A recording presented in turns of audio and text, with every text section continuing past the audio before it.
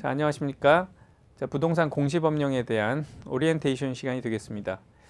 자, 우리가 공인중개사 시험에서 부동산 공시법령이 차지하는 비중은 그렇게 크지는 않죠. 그래서 세법하고 각각 이제 나뉘어져 있는데요. 자, 24문제가 나옵니다. 24문제. 그래서 24문제가 공시법령의 문제고요. 그다음에 세법이 16문제 이렇게 나오죠. 그렇기 때문에 이 24개의 문제를 풀게 되는데요. 크게 부동산 공시법령은 둘로 나누어져 있습니다. 여기 보시는 바와 같이 지적과 관련된 내용이 있고요. 지적과 관련된 내용이 12문제가 나오고요. 그 다음에 이제 등기와 관련된 내용이 또 12문제가 나옵니다. 그렇기 때문에 두 개의 비중을 동시에 이제 같이 놓고 공부를 하셔야 유리하다라는 말씀을 드릴 수가 있고요. 항상 매년 이제 출제가 되고 난 다음에 그 문제를 확인해 보면 지적 제도와 관련된 문제가 좀 난이도가 낮다라고 볼 수가 있습니다. 그래서 공부를 하시는 때도 역시 그 난이도가 조금 낮고 그다음에 좀 쉬운 쪽에 모든 문제를 이제 다 푸는 그런 전략을 세우시는 게 득점에는 훨씬 더 유리하겠죠. 자, 그럼 구체적으로 그 내용을 좀 살펴보시겠는데 먼저 지적 관련된 내용입니다. 정확한 이제 정식 법률의 명칭은 공간 정보의 구축 및 관리에 관한 법률이라고 이렇게 되어 있습니다. 그래서 원래의 명칭은 조금 길죠. 공간 정보의 구축 및 관리 등에 관한 법률. 그런데 이제 여기서 지적과 관련된 내용을 다루고 있습니다. 그래서 지적에 관한 법령 이렇게도 말씀을 드리겠는데요. 그 이 부분은 이제 시중에 나와 있는 교재나 이런 것들을 보게 되면 크게 5파트로 되어 있습니다. 5파트. 그래서 총칙 부분이 있고요. 그 다음에 이 총칙 부분에는 그 토지의 어떤 표시상, 그래서 지번이라든지 지목이라든지 경계라든지 면적 같은 것들을 어떻게 정해서 지적 공부에다가 등록을 할 건지 뭐 그런 내용들이 되어 있습니다. 그래서 우리 이제 보시면 총칙 부분에서 4문제가 나왔습니다. 이 부분은 토지에 대한 표시사항이기 때문에 자, 토지에 대한 표시사항이라고 하는 게 이제 지번, 지목, 경계, 면적 이런 것들 우리가 토지에서 중요하게 다루는 것들 있죠. 자, 이런 것들을 갖다가 정하는 어떤 식으로 이제 부여하고 이런 내용들로 되어 있는 게 총칙 부분이기 때문에 거의 해마다 출제가 많이 되고 있습니다. 그래서 4문제나 이렇게 출제가 된 걸 알 수가 있고요. 그 다음에 이러한 이제 토지 표시상, 등록사항을 갖다가 지적 공부에다가 등록을 하겠죠. 그래서 지적 공부에 또 등록을 하는 그리고 지적 공부의 종류와 관련된 그런 내용들이 또 문제가 잘 나오는데 올해는 그 부분에서 또 역시 4문제가 나왔습니다.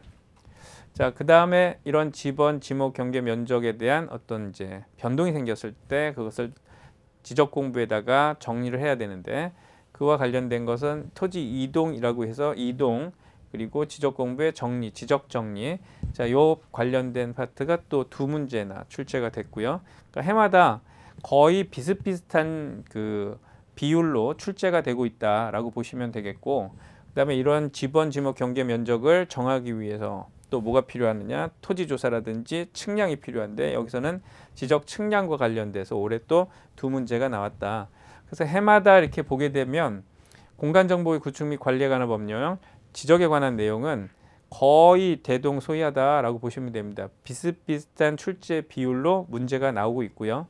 그다음에 대부분 다 법조문을 그대로 지문화하기 때문에 법조문만 잘 익히시면 문제를 푸시는 데는 크게 어려움이 없다라고 생각하시면 되겠습니다.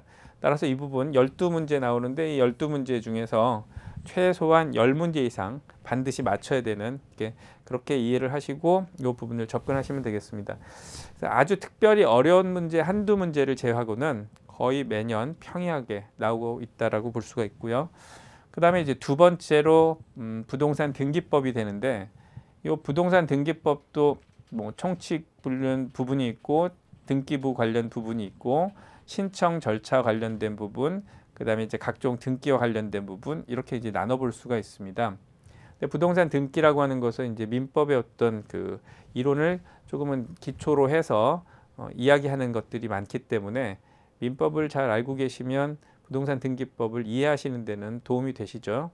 그리고 제가 늘 수업할 때도 말씀드리는 내용이지만 민법을 모른다고 해서 부동산 등기법을 손댈 수 없다라는 건 아닙니다. 그러니까 부동산 등기법은 절차법이기 때문에 민법하고는 또 다른 쪽의 내용을 말하는 거라서 민법의 내용을 전부 다 이해 안 하셨더라도 부동산 등기법은 등기법대로의 또 룰이 있으니까 충분히 공부를 하시면 이것도 점수를 얻으실 수 있다라는 거죠. 다만 부동산 등기법은 지적에 관한 법률보다는 조금 더 난이도가 있는 그런 문제가 출제가 되고 있습니다. 최근 몇 년간. 자, 근데 이 부분도 가만히 한번 보시게 되면 올해 같은 경우에는 이제 신청 절차와 관련된 거 세 문제가 있었고요. 신청 절차가 사실 등기법 중에서는 이제 가장 핵심이 되는 부분이라고 볼 수가 있겠죠. 왜냐하면 절차니까요. 그래서 신청할 때 직권에 의한 절차, 신청에 의한 절차 이런 식의 이제 구분을 해서 우리가 공부를 하게 되는 것이고요. 그리고 거의 매년 이제 절차 부분에서는 이제 문제가 저 정도 출제가 됩니다. 자, 그리고 등기를 관련돼서는 각종 등기 절차라고 하는 것하고 그다음에 표시 및 각종 권리에 관한 등기 절차 뭐 이런 것들이 이제 나오는데 표시에 관한 등기는 표제부에다가 하는 등기 말하는 거죠. 합필 등기라든지 분필 등기라든지 뭐 이런 것들 각종 등기를 얘기하는 것이고 각종 권리라고 하는 것은 이제 소유권에 관한 등기냐 아니면 소유권 이외의 권리에 관한 등기냐라고 해서 뭐 저당권 등기면 저당권 등기, 상속에 의한 소유권 이전 등기면 소유권 이전 등기, 뭐 그런 이제 등기의 특징들을 갖다가 또 물어보게 되는 것이죠. 그렇기 때문에 이제 권리 이야기가 나오니까 민법에 대한 어떤 물권을 이야기를 할 수밖에 없는 그런 이제 구조다라고 거 이해하시면 되겠습니다. 그래서 이 부분은 올해 같은 경우는 한 5문제 정도 출제가 됐고요. 그 다음에 변경 등기나 뭐 말소 등기나 뭐 멸실 등기나 아니면 부기 등기, 가등기 이런 것들은 이제 각종 등기 절차에서 또 물어보죠. 가등기 같은 경우는 거의 매년 출제되는 것, 그다음에 방식에 따른 분류의 부기 등기 같은 것도 거의 매년 출제가 되고 있고요. 그래서 매년 출제가 되는 그런 등기들을 일단 위주로 해서 공부를 하셔서 득점하는데 이제 어떤 유리한 위치를 선점하는 게 좋겠죠. 그래서 이것도 12문제긴 한데 요거는 조금 어렵게 나오는 경우가 있다라는 거죠. 그래서 아까 지적 같은 경우는 거의 다 맞으셔야 되고, 자, 요것도 뭐 한두 개 정도 조금 어려운 부분은 뭐 틀릴 수도 있겠죠. 그래서 아무래도 근데 이제 24문제 중에서 최소한 21개, 20개 정도는 맞춰주는 것이 이제 득점에 유리하다라고 하는 거 말씀드릴 수가 있겠습니다. 사실상 이제 공부를 하시다 보면 부동산 등기법이 굉장히 어렵다고 느끼시는 분들이 많은데요. 그럴 때 이제 부동산 등기법 어려운 부분을 전부 다 이해하려고 하지 마시고 그다음에 이해가 되는 부분, 쉬운 것부터 그럼 출제가 자주 되는 그런 내용들부터 하나하나 공부를 해 나가시다 보면 부동산 등기법도 좋은 결과가 있을 거라 생각이 됩니다. 자, 그다음 이건 넘어가시고요. 자, 끝으로 우리가 정리를 하자면 부동산 공시법은 부동산의 이제 공시제도에 관한 거, 다만 이제 토지에 관련돼서는 지적에 관한 거고요. 그다음에 등기와 관련돼서는 토지하고 건물 둘 다 되는 것이죠.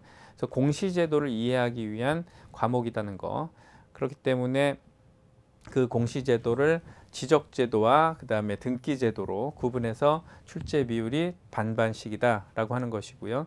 지적제도는 이것도 결국에는 이제 절차법이라고 하는 것을 이해하시고 어떤 절차냐, 토지에 대한 일정 사항을 등록하는 절차다라고 하는 거죠. 그래서 우리가 토지 등록 절차를 공부하는 거다 이렇게 이해하시면 되겠고요.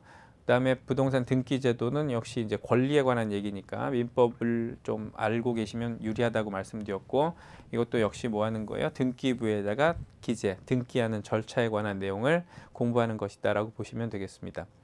그래서 이런 이제 공시 내용을 알게 되면 아무래도 부동산 전반에 대한 권리라든지 사실관계를 이해하는데 굉장히 도움이 되는 그런 과목이 되겠습니다.